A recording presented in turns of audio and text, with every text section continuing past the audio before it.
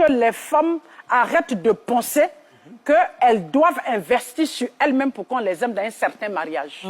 Non. Le mariage, quand on vient pour te prendre, c'est qu'on sait que tu es une femme. Et le fait même d'être femme suffit déjà pour un mariage. Oh oui. Le fait d'être femme suffit. Femme suffit pour être un mariage. C'est quoi être femme qui suffit pour être femme, vous savez ce que c'est?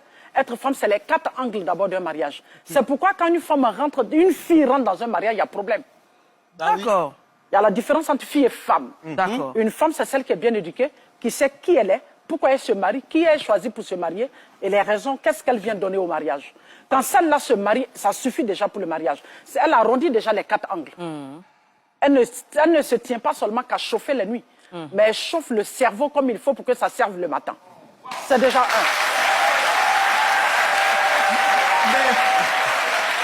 D'accord?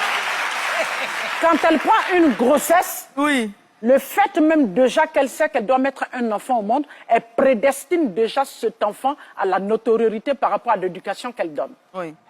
Le Alors, fait pardon, de, je vais vous demander à l'équipe de prévoir un micro, parce que c'est tellement intéressant, je vois déjà des réactions, j'aimerais avoir des réactions dans le public.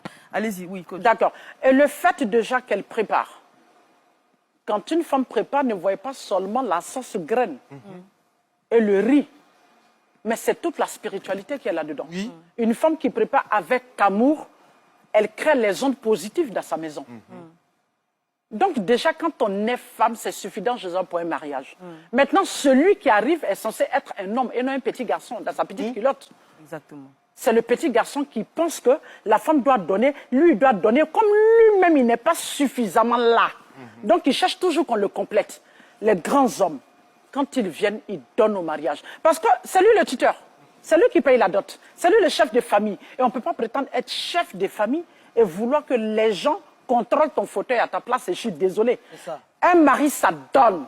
Et une femme vient en complémentarité parce qu'elle aussi, elle est là pour donner. Mais c'est le mari qui donne d'abord. Et les femmes, évitez de prendre en charge certains hommes que vous appelez un mari. C'est de gros cailloux que vous avez sur la tête que vous appelez un mari et quand vous les entretenez. Faites attention. C'est pas bon. J'ai une question, Eva.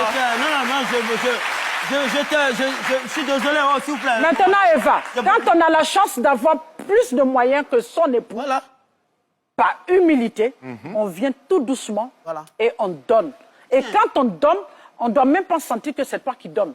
On doit sentir par derrière que c'est l'homme qui donne. C'est ça aussi la responsabilité et de savoir aussi qu'un homme, c'est un chef de famille.